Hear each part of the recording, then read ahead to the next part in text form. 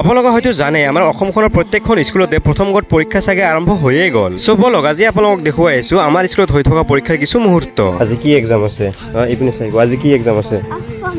অসমীয়া আছে। বাৰু যিয়ে নহওক এই মানুহজনক যে মই কিহেৰে ধন্যবাদ দিম মই নিজে নাজানো, কাৰণ ৰাতিপুৱা স্কুলত যোৱাৰ সময়ত মোক ঘৰৰ পৰা উঠাই লৈ যায়, আকৌ থৈ যোৱাৰ সময়ত মোক ঘৰতে থৈ যায়। আৰু ইপিনে স্কুল আহি পাওঁতে পাওঁতে এক্সামৰ সময়ো হৈ গ'ল। চ' মই কুৱেশ্যন পেপাৰটো লৈ ওলাই ল'লো। বাকী যিয়ে নহওক বাৰু কোনোবা যদি শিক্ষক বা শিক্ষয়িত্ৰীয়ে মোৰ এই ভিডিঅ'টো চাই আছে, ছাৰ বা মেম প্লিজ এটা কমেণ্ট কৰিব, লোৱাৰ ক্লাছত ক্লাছ কৰি বেছি শান্তি লাগে নে আপাৰ ক্লাছত ক্লাছ কৰি বেছি শান্তি লাগে। যিহেতু আজি আছিলে প্ৰথম এক্সাম, চ' আজি আছিলে মোৰ অংকুৰৰ গণিতৰ মৌখিক, আৰু আমাৰ এক্সামটো কমপ্লিট কৰি অহাৰ পিছত ইপিনে চাওঁ আমাৰ প্ৰশান্ত ছাৰ, আলতাফ ছাৰ আৰু আমাৰ কাৰ্তিক ছাৰ মজাকে ডিউটি কৰি আছে। আগবেলাৰ পৰীক্ষাটো কমপ্লিট হোৱাৰ পিছত আমাক খাব দিলে দুখনকে ৰুটিৰ লগত ভাজি আৰু লাল চাহ। বাৰু যিয়ে নহওক আগবেলা আছিলে লোৱাৰ ক্লাছৰ এক্সাম আৰু পিছবেলা হৈ আছে আপাৰ ক্লাছৰ এক্সাম। বাকী যিয়ে নহওক মানে যিহেতু এক্সাম চলি আছে, চ' নিজকে অলপ সময়টো কমকে দিব পাই আছো আৰু ব্লগো চাগে অলপ কমকে আহিব। বাকী এক্সামটো শেষ হোৱাৰ লগে লগে যিহেতু গৰমৰ বন্ধ দিব, চ' একদম ধামাকা ব্লগ আহিছে। চ' ইমানেই আছিলে, দেখা হ'ব এনে এটা মিনি ব্লগলে।